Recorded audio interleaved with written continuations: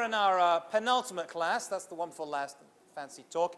And in our Kabbalah and Mysticism series. And tonight's class is all about the Ayin Hara, the evil eye. Just a very complicated but some amazing information. And some practical laws and ideas are going to come out of this. So all cell phones off. Even the ones in your bags that like play Hava Nagila when the most inopportune times. Let's start with a question. Hands up if anyone here has owned and worn a red string around their wrist. Wow. So I would say that's pretty much everyone over here. Who can we pick on over here? You had your hand up, Brett? You had a red string? No, you don't have a red string. You don't have a red string? Who was it? Mina Joy, you had a red string. Mina Joy, where did you purchase that red string? From you. Not from me, not from me. At the Kotel. Can I ask you how much you paid for it? If you don't mind.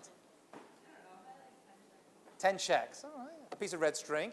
Anyone get their red string here in New York? Anyone get their red string? Yeah, in New York. What did you, don't tell me where you got it from. I have a feeling. But how much did you pay for your red string? $18 for a red string. Wow, that is great. That is great.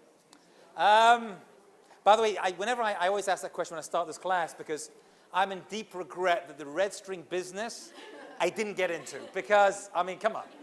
I mean, next thing, they'll be selling water and calling it Kabbalah water, which is not going to happen because that's, Okay, so I discovered this whole red string thing a number of years ago. It was about 10 years ago. And I was working for a different organization, a great organization called Gateways. And I was flown out to California to do a Shabbat. And I love California. It's just so, everyone's so laid back and chill, you know. And I was, again, in a synagogue over there, and I spoke. And I was with my wife. We just got married. And I was flying back, and I was in the airport in LAX, right, LAX airport. And I was sitting opposite a guy who I saw was reading what looked like a bit of a scroll.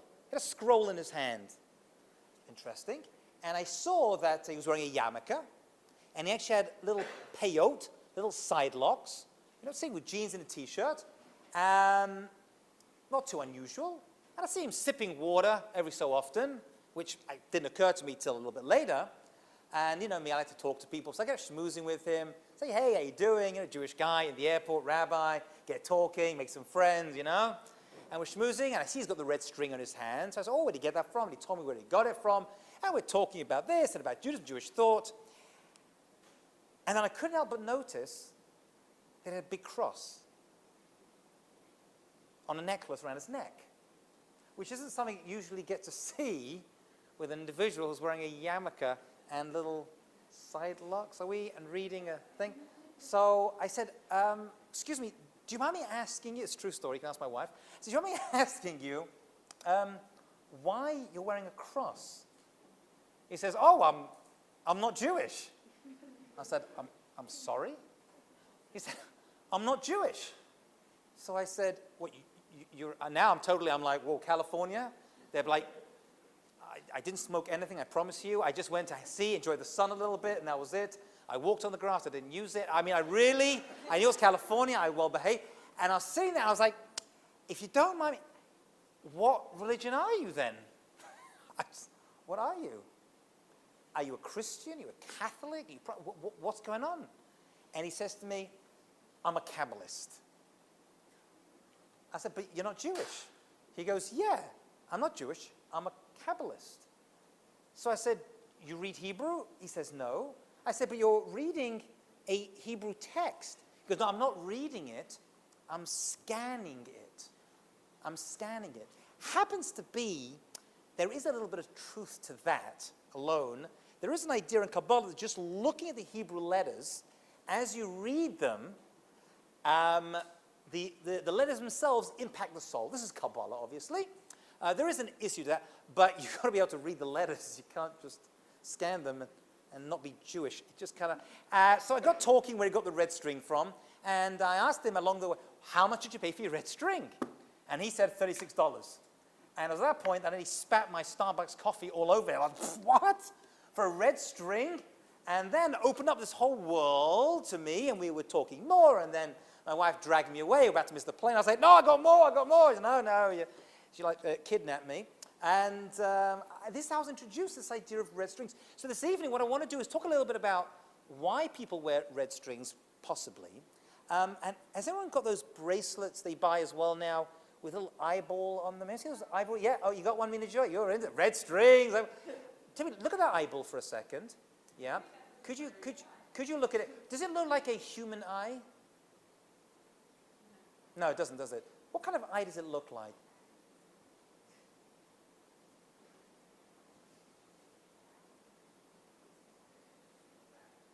A what? A rabbit. Yeah. Any other guesses? Rabbit eyes? It's actually meant to be, I believe, a fish eye. And by the way, has anyone got and of course the famous one, anyone here wear a khamsa? Who doesn't wear a khamsa nowadays? Yeah, khamsa, the hand over here. By the way, this thing now is like in all the major stores, right? Everyone's got khamsas. I mean, when I was growing up, you had a khamsa on the wall, the hand, I'm talking about the hand like that, yeah? It's a little one, and now they're getting bigger and bigger and bigger. It's like now you walk around and like your average non-Jew's got like a massive hand on them, like someone's going to grab their heart, you know? And you get the khamsa tattoos everywhere. It's khamsa mania. We're going to talk about, by the way, what does khamsa mean? It's actually Arabic. It comes from the Hebrew word chamesh, 5. Okay? And we're going to talk a little bit later as well what's up with that. So this evening, we're going to talk about the idea of ayin hara, what it is, what's it about, what it's not about, where it comes from, and most importantly, how to prevent it. Okay? That's going to be the exercise. 40 minutes. Focus with me, because this idea is a Kabbalistic idea, but it does come from very mainstream Jewish thought, and it is real, and it's not superstition.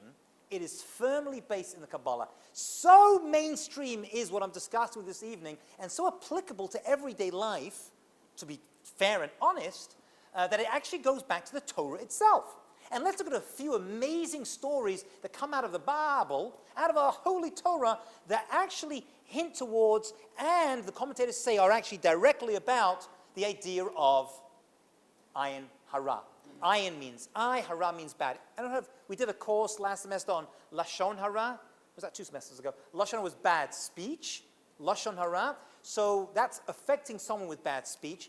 This evening, basically, what this whole talk is about is affecting people with your bad eye, which is harder to understand because I know I can affect someone with my speech, but what we're going to see this evening is that actually you can affect someone by your eye, how you look at them, why you look at them, and such thing. So that's our journey this evening. Let's begin with Abraham and his wife. Abraham and his wife had trouble having children, Abraham and Sarah. And Sarah had an idea after many, many years of not having children, and she said to her husband, Abraham, you know, I can't have kids, so I want to bring children through you into the world. I have my handmaid. Her name was, anybody know? Hagar. And you'll have a child through her because I want to see the creation of this thing called the Jewish people. So she actually handed it sounds like an unusual thing. We'll see actually that it's a very common thing even today. She handed over a handmaid to Abraham, and they have a child. The child's name is Yishmael, which means God heard, or God hears. Yishmael, God will hear actually. Yishmael, and that is actually the father of Islam, right? Muhammad's brother. And it all goes back to Yishmael, and all the Muslims, of course, see Yishmael as their founding ancestor, so it's important. But what happens right afterwards, anybody know? What happens to the relationship between Sarah and Hagar? It becomes a little bit nasty. Hagar starts to belittle her, and starts to make fun of her, and starts to be a little bit nasty towards her. So very quickly, things deteriorate, and eventually she says, you know what, Avraham Avinu, we've got to get rid of them, right? She's a bad influence, he's a bad influence. Eventually she has a child of her own. Yitzchak, she says, she's going to influence my child badly. She lets them go. Just for interest, what was the original idea over here?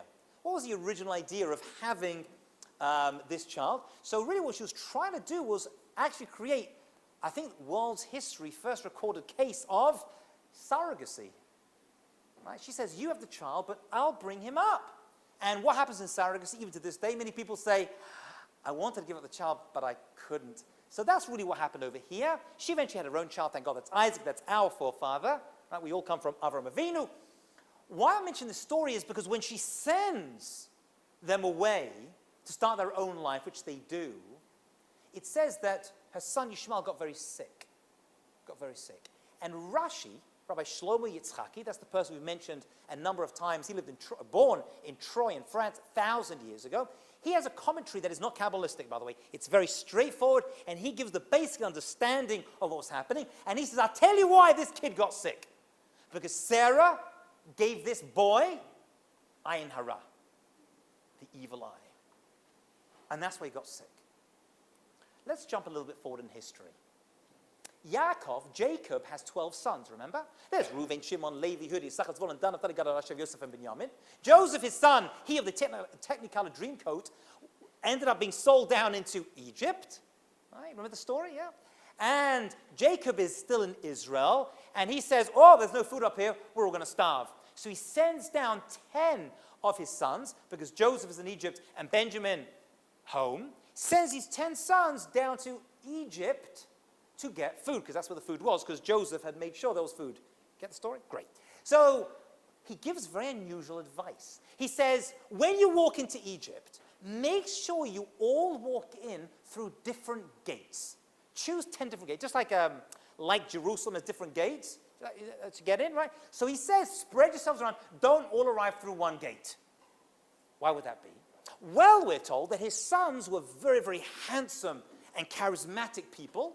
So strategically, you don't want to get noticed. If you walk in through one gate together, you're like, whoa, who are these guys?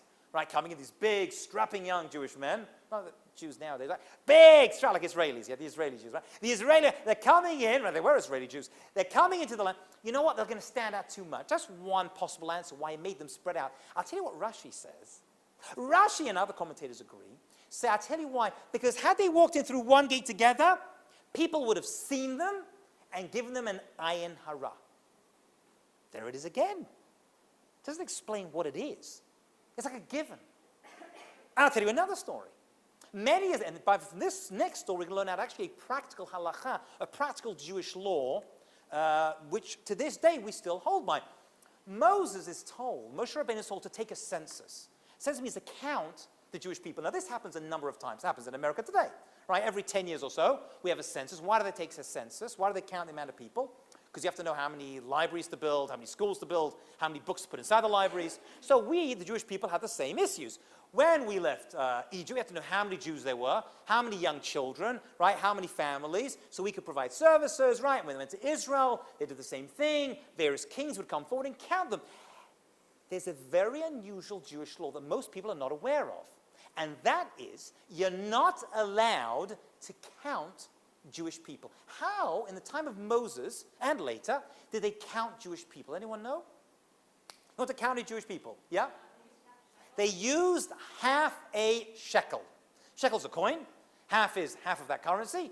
And everyone used to donate half a shekel, okay, towards the treasury. This money, by the way, because there's a lot of money by the end, was given to tzedakah, to charity, to build the temple, take care of the Mishkan in those days, or the temple, and it was used for good purposes, but really it was done to count the people. So if you had 500 coins, you had 1,000 people, right? Right? If you had 10,000, you had twice the amount of time. So you knew how many people by counting the coins. Why didn't they count people?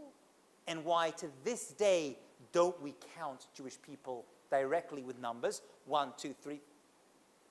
Says Rashi, very good. Wow, how did you know that, Anna? What a great Torah scholar you are. Says Rashi, I'll tell you why. Because if you count Jewish people, you are running a danger of having Ayin Hara put upon them. The evil eye will affect them. How? We're going to see. We're going to see how. But it does affect them in a negative way. So what are you meant to do? Well, in those days, they used to give half a shekel. Well, what do we do nowadays? You still shouldn't count people. So what they do nowadays is they count people in groups of 10, you see, and they use a pasuk, a verse. Right? A famous one is Hoshiach Amecha Uvarat Ech Nachaltecha Urim V'Nesem Olam. Right? God should redeem your people. Right? Hoshiach Amecha Uvarat Nachaltecha. You should bring blessing to your descendants. We use a verse that has blessings in it. Right? And that should go on forever. So that's got 10 words in it. So we count Hoshiach Amecha Uvarat Urim V'Nesem Olam. Or some people use the blessing Hamotzi Lechem Min Haaretz. Baruch Atah Hashem Elokeinu Melech Haolam Hamotzi Lechem Min Haaretz. It's got 10 words in it. Right? There's a reason why it's got 10 words, but that's not for now. So what they do is they say, Baruch atah Hashem, you don't say God's name because you're not actually eating bread, and they use that, and then you count how many, and that's how you count people. On trips, what we do is we give people numbers, and they will count out the number rather than someone going 1, 2. We don't do that, you see. Right? We have people count out their names. We try to avoid this whole area. King David had a problem.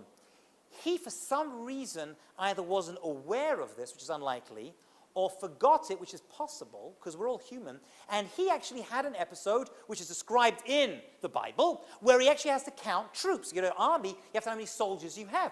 And he counted his troops, but he didn't count them using the half shekel. He counted them the way you're not meant to do it. He went, 1, 2, 3, you're at soldiers, got how many soldiers you are, about to go into battle, he's busy, a lot going on, troops, food, water, I'm sure there's a lot going on, and he counts them. And actually there was a terrible plague that came upon the Jewish people at that time, and many of them died out. And then somehow he recalled this was the law and he changed it, and then this plague stopped. And he said, why did that happen? Because I didn't remember, right, what I had heard from my teacher, and from my teachers all the way back to Moses and Moshe Rabbeinu, that is not the way we should act. This is very, very puzzling. What is this thing? Can't count people. Sarah giving Ayin Hara. Great righteous woman like Sarah and Menu, and we're having here, you can't go through one entrance because there's too many of you, and red strings and fish eyes. What is going on? I got no idea. So no, I'm going to give you a few ideas. Right? I'll tell you. Okay, so let's try to work through this a little bit and see where we go with this. First of all, we'll start with a piece of Zohar. It is a course in Kabbalah, so it's only right we have a little bit of Kabbalistic teaching. And the Zohar says that a person who has this thing called the Ayin Hara, the power to give it, has the power to destroy the world. It's a very powerful, and we're going to see, negative energy.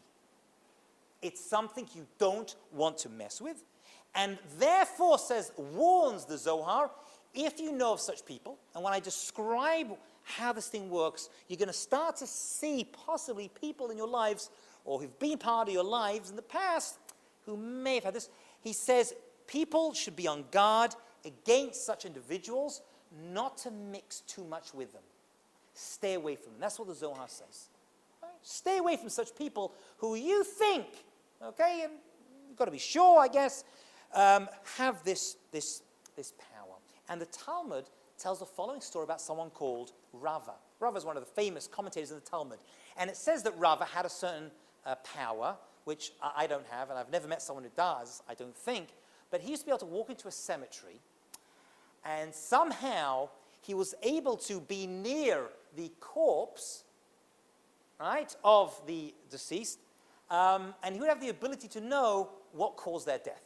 Now, I don't have such a spiritual power, but our ancestors did. I'm sure there are people today, a few people probably, who do have that ability, but they're so spiritually attuned, certain people have the ability to be near a corpse, because really a corpse isn't just a corpse, there's a bit of soul connected to it, which is why we don't just throw bodies away, we bury them. But there's a little bit of soul in the neshama that's attached to it, and somehow he was able, the Rava, this great Jewish sage, to, I don't say communicate, because hopefully the corpse didn't speak back, but in some spiritual way, don't ask me how. If I did, I'd start a website about it. But he was able to find out how that person died. And he walked to the cemetery one day and says, wow. He says, most of the people in this cemetery, their death was caused by the Ayin Hara. Their death was caused by this spiritual force called the evil eye, the Ayin Hara. And even if you look at the non-Kabbalistic writings, Pirkei Avot, it says, Amar Rabbi Yeshua, there was a great rabbi called Rabbi Yeshua, and he says, Ayin Hara, evil eye, the Yetzer Hara, and people's evil inclination to do terrible things, the Sinat HaBriyut, and hating people, Motziin et Adam Ma'olam. These things take people out of this world. Now, I think that's a nice way of saying it kills people. Well, which people? So there's different ways to understand that Mishnah. As every Mishnah piece of oral law, we always investigate it. And one way to understand it is it takes the person who's doing it out of this world. Right? When we say out of this world, we don't mean it's out of this world. We mean out of this world. Right? Not so good. And it could be the person who's giving it. If you hate people, as we said when we spoke about hatred, that removes you from this world. That's one thing. But as well as that, hating people, speaking badly about people, and giving people ayin hara removes the one doing it and, unfortunately, the one who it's being targeted against. That seems to be Rabbi Yeshua is saying. And there's a famous commentator called the Rabbeinu Yonah, who came from a place called Gerona in Spain. And he says, what we're describing over here are people in this world who are not, now this is the key, so follow carefully now, because we're going to tie this all together and revisit those stories, and every story I told you will make a lot more sense by the end of this evening. He says people in this world are not happy with what they have. Many people are like that. They go around unsatisfied with the physical things they have, with the emotional things they have, with the spiritual, whatever you can imagine, they're just unhappy. And their unhappiness stems from, I don't have it, and everyone else does. You know those people? Right. And we all feel like that sometimes. How come she gets, right, that guy? How come he gets that girl? How come he gets that car? How come she gets that pocketbook? How come he gets that hair? I feel that as well sometimes. How do these people, how do they have all these things? And I don't. It's just not fair. Says the Rabbeinu Yonah. Now he's giving us a path to go down to understand. And he says this Yates, this ayin hara thing, is actually people who look at other people and become jealous at what they have. That's what a bad eye is. Bad speech are words that come out of a person's mouth that are gossiping or going to be detrimental to another person emotionally, financially, spiritually, and can hurt them. Ayin hara is saying that we have the ability with our eye to look at other people and to take something away. Says the Chazon Ish, one of the great rabbis of the last generation, he says one of the great mysteries of this world, we all thought about it, one of the great mysteries of this world, according to him, this is one of the biggest mysteries of this world, and that is the power, and by the way, we're not even aware of this to know it's a mystery, but I'm going to reveal it to you this evening, the power we humans have, the power of mankind, to release forces from our minds, and I mean that sincerely, that can destroy other things. We have the ability through our minds, and I guess through our words as well, we'll see, but even the mind itself has the power to create amazing things, but also to destroy and to break things. Now, we're not saying that your jealousy leads you to steal. Stealing's bad. That's a given, right? As in the commandment, thou shalt not steal, which in English is, you shall not steal, right? And that is totally wrong. We're not talking about that. We're talking about the jealousy, and the jealousy in and of itself that that person has and I don't. Why that's going to cause harm to another person, there is a spiritual mechanism, which actually makes logical sense when I explain it to you, that we're going to put into play. So how does it work?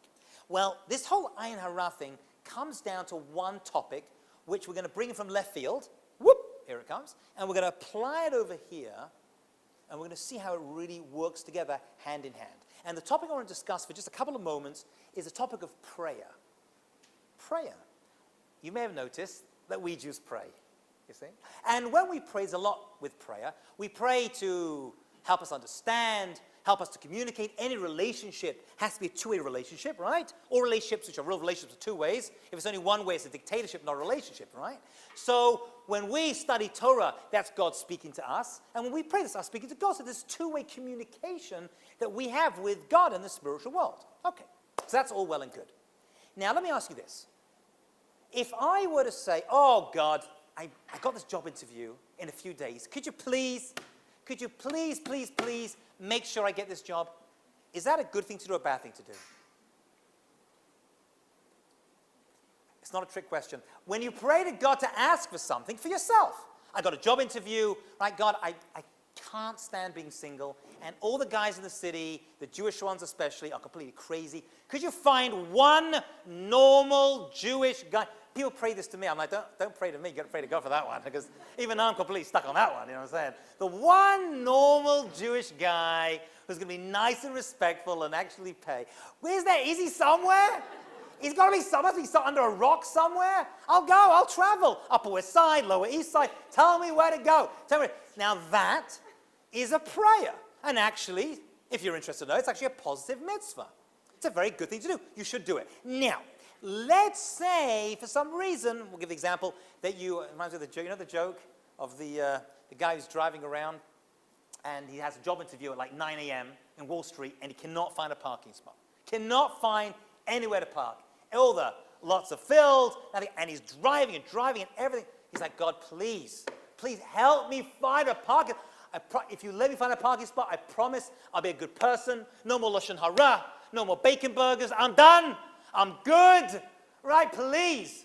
No spot. It's now 5 to 9. Oh, God, please. I'll be good to my parents. Right? I'll be nice to my girlfriend. Right? I'll go to synagogue once in a while. Just please, God, help me find a parking space, please, God. 2 minutes to 9, driving around again. Please, God, I just give it. I'll be no more cursing. I'll be good to my baby sister. I'll do whatever it takes. That moment, a car pulls out from right in front of the building that he has the interview in, right when he's next to it. And he looks up and says, it's okay, God, I found one. So it's a joke, but there's a little bit of truth to that, right? Isn't there a little bit of truth, you know? Okay, so really, so we're praying for ourselves. Now, praying for yourself, people don't realize this, is actually what you're meant to do. You're meant to do that. It's actually a very, very good spiritual thing to do. Question is, but what if I don't get what I asked for? And the answer is, it's not just a means to an ends, it's an ends in itself. Right? When a person prays, they're not just praying because I need that thing, if I don't get it, I'm done, like the guy in the story. What I want to do is, I want to connect, because there's something to be said by just getting it out and talking to God, talking to a higher power, just getting it out of yourself. That's a very good, positive, spiritual thing. Fine. If I don't get it, what's the answer to that? Sometimes God says no. God always answers. But sometimes the answer is no. But I don't know the reason for it. You don't need to know. God knows what's right for us. What we want isn't always what we need. Right? I need something. I need the brand new Ferrari, but, maybe God doesn't want me to have it. Or I want it and I don't need it, and I probably don't. With a big family, squish them into the trunk probably won't work so well. So God answers, but sometimes the answer is no. Okay, so that's well and good. Let's say I were to pray for someone else. Is that a good thing? Is that better or worse than praying for yourself? That's better, right? You pray for someone, oh, God, I hope she does well, right? Or you always get these messages now on Facebook or on emails, someone's sick, could you pray for my, you ever see those things? That's a wonderful thing. Praying for someone else is really, really a beautiful, altruistic thing to do. Praying for yourself is a good thing to do, but it's understandable because you want yourself to have money, a girlfriend, boyfriend, and get married, and that makes sense, and money and jobs, that makes sense. But praying for someone else, that's even better because I don't get any direct benefit for it or from it, but I'm praying for someone else. That's all very, very good. So in the spiritual world, there is a certain rule that we've mentioned before, and that is whenever there's a positive aspect to something, there's always a negative. And in this instance, what we're saying is there's a thing called positive prayer, but there's also a thing called negative prayer. Negative prayer. What is that? Why would anyone make a negative prayer? Well, if in the positive prayer, I pray that I want you to be successful, right? I want David to do well in his job and his business, make money and find the right person at the right time. And I want me and Joy to do successfully. And Anna, I want you all to do well. Bernadine, I want you to do well and be successful. I'm praying for you. Is it possible that someone, heaven forbid, could actually pray negatively about someone else? Why would they do that? Why would anyone pray negatively about somebody else? Because they're jealous of them. Now, it may not be, oh, please God, help them lose their car and their job. But I don't think most people are that sick and sadistic and twisted. Most people. Some may be. But most people aren't. However, it could come out in conversation. Why do they get that? Why does she get that? And it'll come out, and does she really, and she does that guy, and she's so mean to him, and he's such a bad guy, and he's such a bad guy in his job, and he say these things. So the weird thing is, people don't realize, that is actually prayer. It's negative, but it's prayer. And there's a thing that happens with prayer. You see, it goes up. It goes up in the spiritual world, and it's listened to, and it's checked. Let's give you the analogy that's given by the Kabbalists, and by the others as well. Pretty much everything you do and have and own is written in the book. And you have to earn it. And if you have it, you got to earn to keep it, you see. So all the time we're saying, God, can I have a better job? Can I have more money? So all the time I'm constantly, but if I'm jealous of someone else, I'm like, why do they get that? That's a prayer. and prayers, we said, are analyzed. And it goes up. And it could be that this book is opened up in Shemaim in the heavens, which you don't want, by the way. Basically, this is the spiritual equivalent of the tax man coming and doing a personal checking of your account. You don't want that. You want to hide in the company or be passed over. But someone else has done something really bad to you. What they've done is, in the spiritual world, Kabbalah course, they've had this book opened, and suddenly there's judgment on your head. There's judgment on your head. And it could be that you deserve that car, or that boyfriend, or that girlfriend, or that job, or whatever you have, or that wonderful thing. It could be you deserve it. And they're like, you know what? We've checked the records. Tax man came and said, you know what? We looked at the account. They deserve it. They're doing good things with it, and they deserve to have it, and they should keep it. It could be, heaven forbid, that the judgment could come down and like, you know what? I didn't even notice this guy or this girl, and now we're looking through the accounts. They could lose it. That's what happens. It's a very scary thing, which means a person's thoughts could actually take things away from you, things which you haven't earned. It doesn't just happen. You have to be certain lax in certain areas, as we'll see which ones, that actually could cause this opening to happen in your life where these things could happen. But it's literally the power of the mind. So why is it called the Ayin Hara? Because this person's eye has set itself, right, this narrow eye of jealousy, right? I mean, jealousy is even called in English the green-eyed monster, I think they call that, has now settled on you and says, why do they get that? And you don't want to go there. And you don't want to mix with people that allow this to happen to you.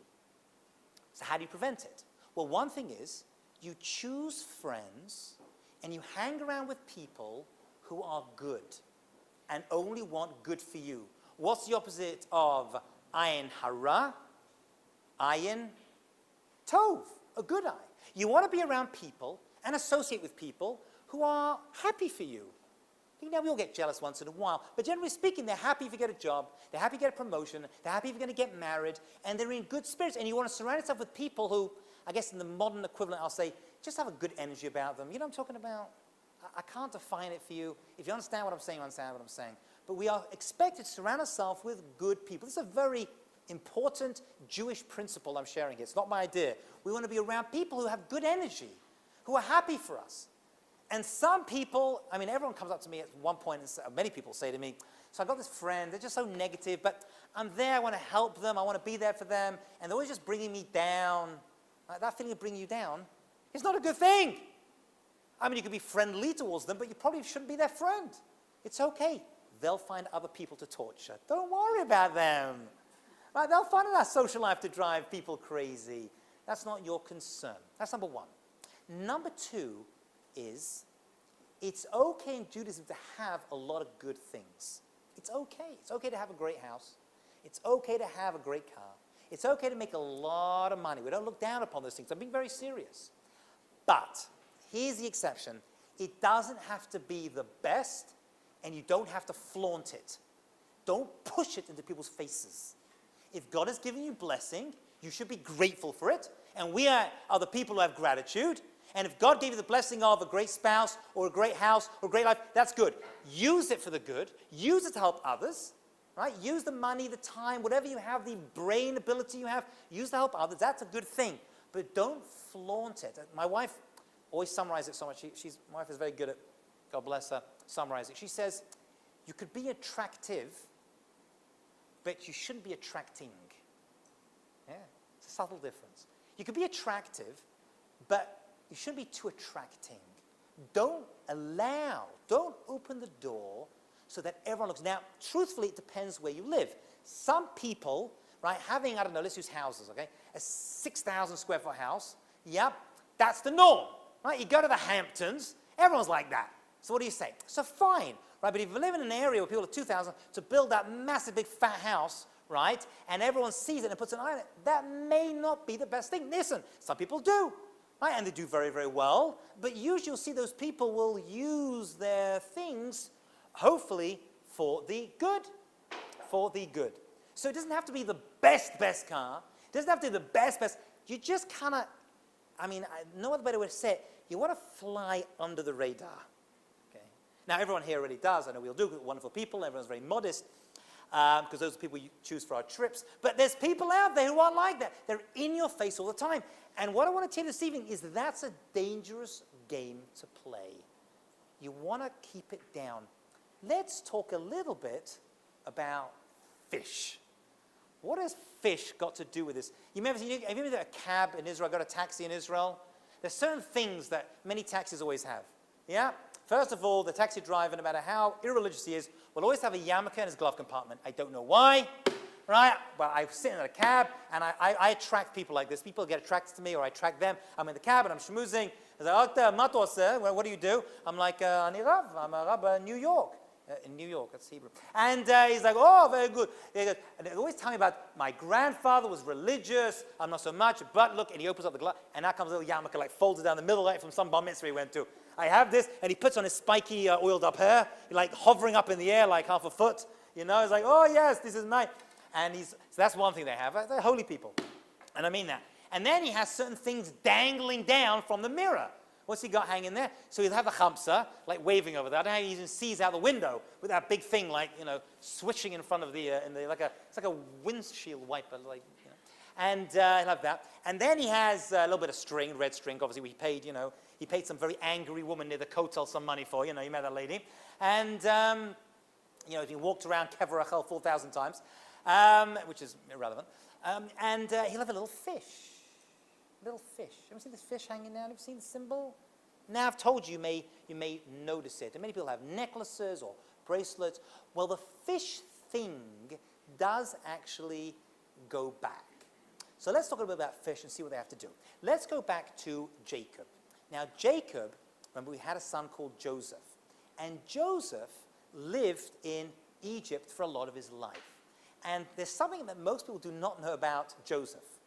Joseph was the handsomest man that ever set foot on the earth. Until you guys obviously turned up. Don't mess with men's egos, otherwise we think, how could he be? Because I'm here. Okay, up to that point. Is that better? Okay with that? No, that's fine. So up to that point, by the way, there were many, many beautiful women. Okay, Sarah, Abraham's wife, made an extremely beautiful woman. Esther as well, extremely beautiful. We'll see why, that's important, but so Joseph was so handsome was he, say the commentators, it's actually mentioned almost directly in the Torah itself, that when he was walking down the street, women used to jump up onto walls just to catch a glimpse of this extremely handsome, beautiful man, Joseph. That's who he was. You can imagine being away from his family and having a really difficult life, sold by his brothers into Egypt. What happens to him then? He then has a boss called Potiphar. Potiphar has a wife. This woman sees through her, she had astrological means that were available to her. Okay, we'll do another class on astrology another time. But she had certain astrological means of being able to know exactly certain things, and she knew she would have a descendant through him. And she liked him too. So she kept trying to have a relationship with him. And he kept fighting her off because he remembered his father, Jacob, and he remembered all his brothers, and he remembered that they said, you can't have adultery, this is a married woman over here, right? And she kept pushing and pushing and pushing. One day, the Torah itself tells us, her husband was out, it was an Egyptian holiday, some pagan holiday, and she sees the opportunity. He didn't get involved in the holiday, but he wasn't viceroy at this point, and she literally jumps on him. Literally jumps on the guy. Actually, later on, the commentators actually refer to her as the bear. Right? Seriously, they call her the bear. That's a nickname that actually she adopted. And she grabs, and now remember, in her mind, there's obviously, she wanted to be with him as well for physical pleasures, but also because she saw that she was going to have a descendant through him. She was actually right about that. She actually was going to have a descendant through him, but it wasn't her, it was her daughter. Her daughter eventually ended up marrying Joseph. Okay, that's what happened. That aside, at that moment that wasn't clear. She jumps on him and she grabs his coat, and he escapes from his coat and he runs outside and she says, rape, rape, and she accuses him of raping her. Now her husband knew this was nonsense. He knew his wife was a little bit cuckoo, right? However, he says, listen, I don't want to cause trouble with the wife. He was a powerful individual. He was the meat person for all of Egypt. They say he had a certain prestigious office in Egypt. They throw him into jail, and the whole jail thing, he meets the two guys, the dreamers, who give him dreams, and he gets out. What's interesting over here is that his entire time, we're told, he kept his faith in God and was able somehow to just realize that all this, for some reason, was happening for the good. And we know this because many years later, when his brothers come down and they discover it's actually Joseph, and they're really guilty for selling him, right, to passing people as a slave, which was done then, is even done today, he says, no, don't feel bad. The whole thing happened because God wanted it to happen this way. And he also was careful never to mix with Egyptian women. He wanted to wait for the right person, which he did, in order to get married to her, and he didn't use his good looks and his power for immoral purposes. And for this reason, we are told, and this is the punchline, that Joseph and his descendants are not affected by the Ayin Hara. The Ayin Hara has no power over them. And the Torah says, and I'll say it in Hebrew because it sounds good in Hebrew, you've got to trust me, but I'll translate it as well. Ben Parat Yosef, Ben Parat Ali Ayin. Ben Parat Yosef, Joseph, was an extremely good-looking person. He had a lot of grace and beauty. Ben Parat Ali Ayin, but he was the person who was above the eye. What's above the eye? The mind. The Kabbalah say that he was able to not only control what he looked at, he was even able to control his thoughts. This very beautiful woman tried so hard to seduce him, and he was away from his family, had no one to tell him, no, don't do that. Everyone was doing it, and he resisted. He controlled his eye. So he's known as the person who has power over the eye. So what's that got to do with fish? I'll tell you. So he had two sons, Menashe and Ephraim. Menashe and Ephraim, bear with me, it's a good ending. Menashe and Ephraim had trouble with two young Jewish kids growing up, sons of Joseph, and there they were, surrounded by terrible people, and all the time they managed to keep to their heritage, keep to their background. They were very, very well-behaved young men. Actually, we bless our children in their name every Friday night. So there's a song that we sing, which comes from the Torah, which is, I'm not a great singer, Hamalach hagoel oti, Hamalach hagoel oti mikol ra. This is the blessing that Jacob, before he dies, gives those two boys. And the blessing is, Hamalach hagoel oti, the angel that protected me, you young boys, should protect you, and you should be v'yid gdu l'rov. You should be made great. That's a nice blessing to give to your grandchildren. You should be great. You should be great children. But the word for great is gadol. Gadol. That's not what he says. He says dagol. Dug. You should be like fish. Like fish? Why would you want someone to be like fish? Well, what is it about fish that stand out? Number one, you don't see them. Where do they exist? Under the surface. Two, they don't make any noise. If they do, you pretty much don't hear it. They're under. They aren't in your face. And because of that, fish have certain merit. Right? Fish have certain merits. They're careful, they're quiet creatures. Actually, if you go back to the time of Noah, all the animals were destroyed except the ones in the ark, and the fish, they stayed in the water and they survived. They were not affected by the Ayin Hara. Remember, at that time, what were the people in the time of Noah doing? They were stealing each other's money, jealousy, and stealing each other's spouses. See?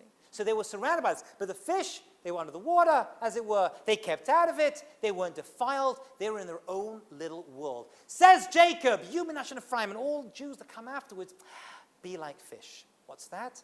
Lots and lots of you, but keep it under the surface.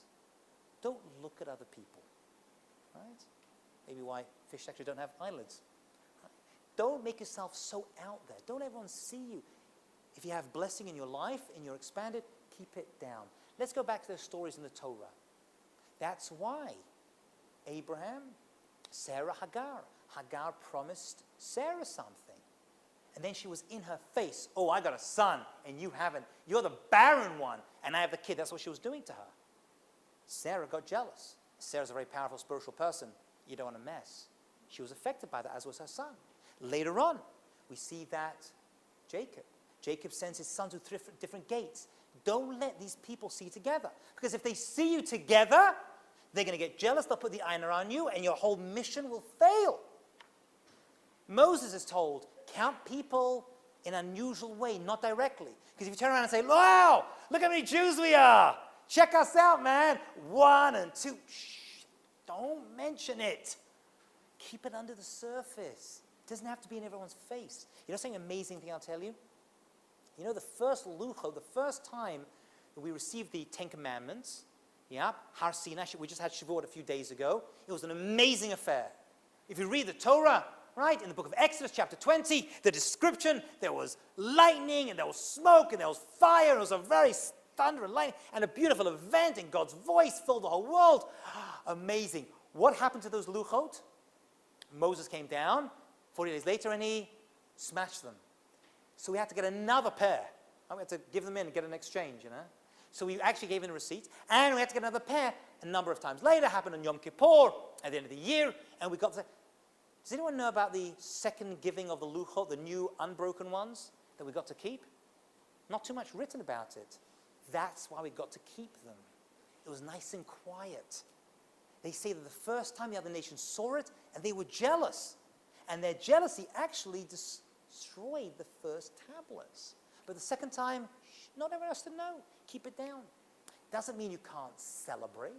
Doesn't mean you can't show people that you're given blessing. But don't have to put it and rub it in their face. That is not and has never been the Jewish way. You don't want to unleash, heaven forbid, the ayin hara. The Talmud even says that if you walk past a person's field, agricultural field, and we'll give the modern version of a car or something or a house, don't stop too long to look at it. Don't stop too long to look at it. Just walk on by. Why? Because whether you know it or not, you could be building jealousy, and the power of the mind, this subliminal prayer that is going up, could destroy. So when you see someone as a nice thing, oh, that's very, very nice. You should use it and give the person a blessing.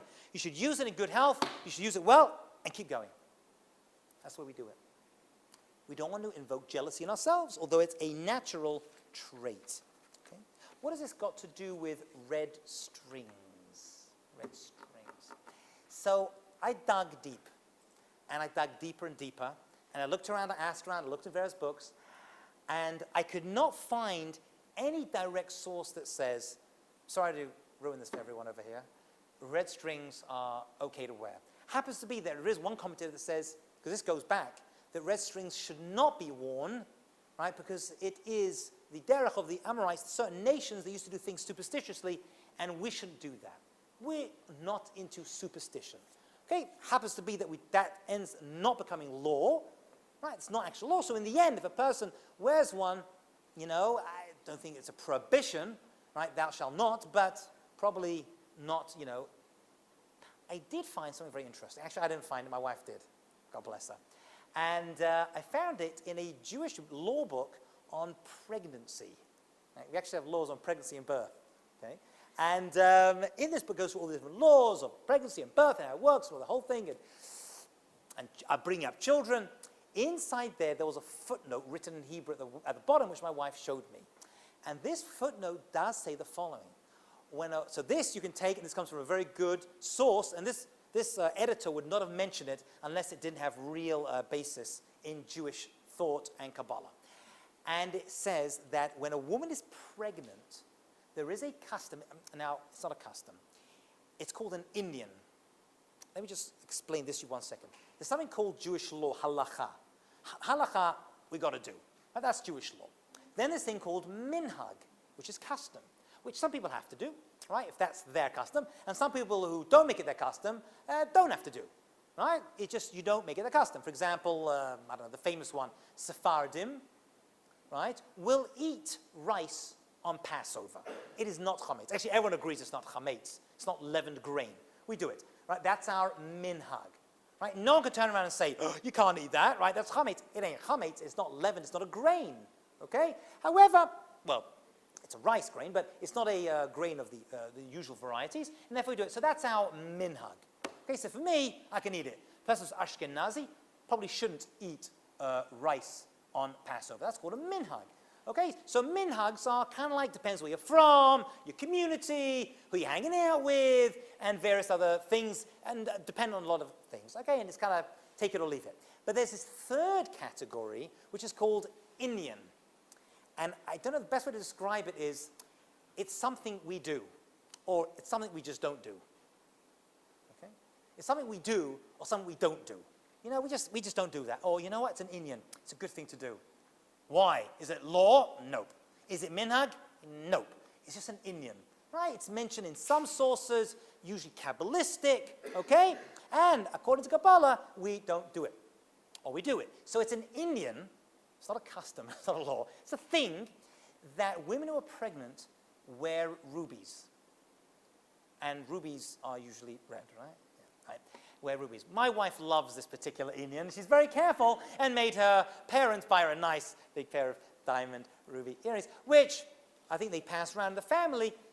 So this idea of this thing protects, I can't say why. I'm not a Kabbalist myself. It's an Inyan. It's an Inyan. I'm sure the deeper sources speak about it. It's an Inyan. I must say something else which most people don't realize, but they've heard it a lot. Have you ever seen an old Jewish person go p-p-p or tu-tu-tu? You've seen that, right? Everyone's seen that. Everyone's seen that. So I always thought this was old, insane Jewish people spitting because they had something stuck in their throat at a certain time. It actually could be that, but there's actually something more to it. The commentators say that they're not saying tu-tu-tu or p-p-p. They're actually saying, and by the way, most grandmothers do it without knowing why they do it. But somewhere back, maybe their grandmother knew actually the reason because they were more learned. There is an Inyan, that word again, right? An Inyan to say PPP, Peyud, Peyud, Peyud, which is an acronym for Palti Yosef, right? God, the Redeemer, the Escaper of Joseph. Oh, there he is again. There he is again. And when does a person do this? When they hear bad news, or that someone may be having bad thoughts towards them, or they have bad thoughts in and of themselves, they'll say p-p-p, right, PPP, and they will make that declaration.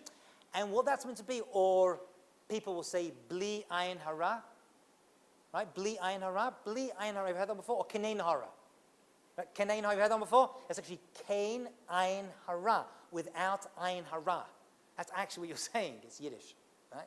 Bli ayin hara is without ayin hara. And that's when someone says to you, oh, wow, you got lovely kids. You say bli ayin hara. Right? Because there could be some jealousy over there. It could be. People are normal. They're natural. These are normal emotions. And you don't want that to go. You say, but so you're kind of making a prayer, if you will, that I'm very grateful. What's invested in these words? Or I'm kind of investing into these words a good energy. Right? Or thank God. Also works, right? But bli ayin hara, I'm very grateful and thank God for that. I met a woman. I went to one of my teachers in yeshiva many years ago, and his mother was there. Very, very elderly lady. And she had something like 11 kids, like 50 grandkids, and like 5,000 great-grandkids, whatever, some crazy amount. So I was very interested. So during the meal, I said, if you don't mind me asking you, Mrs. I said, how many grandkids do you have? Right? Or something like that. And she paused, and she said, a goodly amount. It just stayed in my head. A goodly amount. People don't usually answer that question. Right? They don't answer that question. People say, how many kids do you have? They'll say, oh, thank God I have, And they'll say, but they won't always, she doesn't think anything bad of me that I'm going to be jealous of that, But that's the way people speak, and that's the way people will relate to the thing. I did hear, I didn't see inside, I did hear there is an Inyan to take a red bracelet and wrap it around the wrist of a baby the first week of its birth. I heard this, I didn't see it inside. The ruby thing, right, I did see inside. I saw a source for that, which is good, but not for that one. It could be, okay? It could be. We want to be like fish.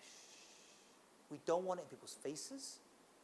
We want to surround ourselves with good, positive people who want the best for us. We want to have people around us who we aspire to be like, who we want them to be successful as well as ourselves to be successful, and through that, any ayin hara that, heaven forbid, could manifest itself around us will eventually become ayin tov. Okay? Because if the ayin hara can destroy, then ayin tov, a good eye for other people, can really help them and ourselves build good things in life. Any questions or thoughts on anything we've discussed this evening? We'll do here, then here. Yeah. Let's say you give someone Ayin Hara. Is that a bad thing for you to do? Yeah, so the question is, if you give someone Ayin Hara, so basically you're saying, is it good to be jealous of someone else? And the answer is no. The 10th commandment, and maybe that's why it made the Aseret HaDibro, the 10 commandments, is that you should not be jealous. Now there's a lot to it. Why not? Right? They have it, I don't. So people should be happy with what they have. There's a deeper understanding over here that what you have is what you need, and God gives each and every one of us what we need to achieve greatness in this world. And for some people, right, it's the salary that we're earning. And for other people, it's $19 billion IPO, you know? I mean, everyone has their own, and to say, how come they get that? We all feel a little bit. I, by the way, would not like to be, you know, Mark Zuckerberg at that moment. I would like to have $19 billion, but to be that, people's facing that kind of money, I mean, that's not great. You really don't want to flaunt that. Not that I think he's a particularly showy person. I think he's quite a humble person, to be fair, you know. But you don't want to. So basically what I'm saying is we have to work on the people we surround ourselves with, but we also have to work on ourselves to work through the jealousy issues that, you know, what I have, however much or a little, is what I should have, right? Yeah. So I've read somewhere that it's actually supposed to any really girl first, because once a girl is supposed to keep the Amara out of family or something. I have heard, I've never seen it inside, having a girl takes away the Anara. I don't know, because I found, yeah, God bless, I have a few daughters, thank God, and they seem to have a lot of possessions that seems to be in people's faces. So I don't know if that's completely sure. I mean, most of it is Hello Kitty, right? Let's be honest about it. What is up with Hello Kitty? Is this I mean, did you grow up with that? It's like a recent thing, this like disease? Right, by the way, have you known, let me tell you something about Hello Kitty. Since we're talking about Hello Kitty, I want to just, I'll delete this from the video a little bit later, don't worry, you can keep filming. What is up with Hello Kitty? Have you noticed there's no mouth on Hello Kitty? Notice that. Do you know why she has no mouth? Because the idea of the Japanese, like, right, no talking. Right? That is not a Jewish culture. I'm being very serious. There's no mouth. The idea of the Japanese girl doesn't talk too much. She's very submissive and closes her mouth. She has no mouth. That's where it comes from. That is not a Jewish thing. Shalom Kitty has got a big mouth. That's like a big, It's not like, right? Like a lot of Jewish guys. No. You see, it's Shalom Kitty. It's like in your face. You see that? So it could be that Jewish women keep the Ayin Hara by virtue of existing. I would not put my money on that, Marina. I think how we act towards other people has a lot more chance of protecting us. Yes? So if we say that righteous people are reincarnated as fish, why are fish the source of the Ayin Hara? No, once again. Fish are not the source of Ayin Hara. We're saying that fish are not affected by it. So Jacob was saying, be like fish. Fish are very holy. Happens to be, we mentioned the reincarnation class, I think we mentioned it, that holy people are reincarnated as fish, which is why it's a mitzvah to eat fish. Actually, people don't know this. All 3 meals on Shabbat, we try to eat fish. We try to actually do that because we're uplifting the souls of the righteous people who are implanted somehow inside the fish. No, fish don't cause it. We're saying they aren't affected by it. Right? Jacob was saying you should be like fish. You should be abundant, plentiful, but keep it below the radar. Yes. I'm sorry? Is that the reason? It happens to be that, no, the reason is because one of the miracles that supposedly, according to the New Testament, not our one, right? Yeah, that's not, yeah. It does say there are certain miracles that occurred through fish. Why that symbol was chosen, I'm not sure. Has absolutely nothing to do with this, though. Right, the fish, there was expansion of fish, and he fed many people using a certain amount. Yes, but that has nothing to do with this whatsoever. Yes? You mentioned, that audited book that you get audited. Yes. Does that really mean that if you get the Ayin Hara or the evil eye on you and something happens, does that mean like you kind of like deserve it, or maybe somebody audited you? Very, very good. It's a tough thing. Basically, this book is spoken about, when we talk about Rosh Hashanah Yom Kippur, we speak about this book, the book's being open, and all our deeds are before God. It's an accounting. And sometimes in accounting, just like in a business, you account a business. Let's say a person's given a great car and a great salary, okay? You don't want the boss coming in one day saying, I want to look at every deal, every phone call, every email. Let's see if you deserve it. Because he's going to find stuff you messed up in. Everyone does. You don't want the accounts on your head. You want to hide and go whoop over your head, right? You want the account to be of the company, not of you. Happens to be on Yom Kippur, Rosh Hashanah actually, there is a personal accounting one-on-one. So that's why Rosh Hashanah is actually a scary time. Okay, that's for another discussion. You can actually see that class online. Scary because there is a one-on-one accounting. Happens to be, though, that not only like mid-April is there accounting, that during the year, a person could get an accounting if a person puts their eye on them, and God's like, you know what? You made a good prayer. I mean, it's a negative one. Why do they get it? The book is open. It's looked through. And maybe, I wouldn't say they just don't deserve to have it. Heaven forbid.